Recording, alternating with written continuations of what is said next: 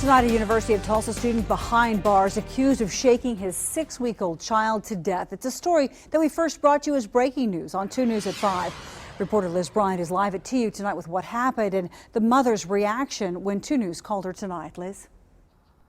And good evening, Karen. A lot of events have unfolded since our 6 o'clock hour. Now, the family lives right here on the campus of the University of Tulsa inside the apartment buildings here at the corner of 4th and Harvard. Now, I called the mom several times today.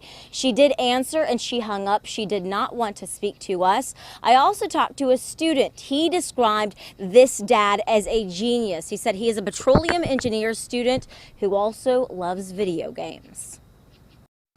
At the University of Tulsa, people come to learn. But real-world experience just too much to handle for this student, according to Tulsa detectives. This is simply a matter of a parent not being able to cope with the difficulty of having a child. This 6-week-old child shaken until his eyes rolled back in his head and he became lifeless. Doctors said he had more hemorrhaging on his retinas than they could even count. Ultimately, he died of traumatic brain injury. This affidavit states 22-year-old Sebastian Aguirre admitted all of this just 3 days ago, the day his son died. The reason? His baby wouldn't stop crying. Police arrested him this afternoon. Did he know it was coming? He appeared to be expecting it. It all happened at the corner of 4th and Harvard inside these stone apartments. The mother doesn't face any charges. Detectives say she sat in class during this event, unaware of what was happening at home.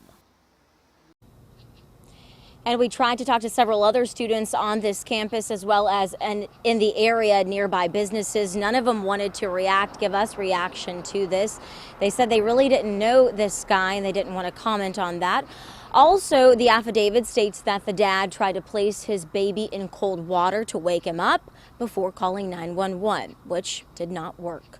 Liz Bryant, 2 News, works for you.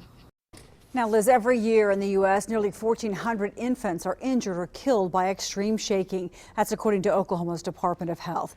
For parents or caregivers of infants, here's what you need to do. When you feel yourself getting angry or frustrated with a crying baby, call a friend or a relative to come over and help you. Usually it only takes just a little while for the baby and you to calm down.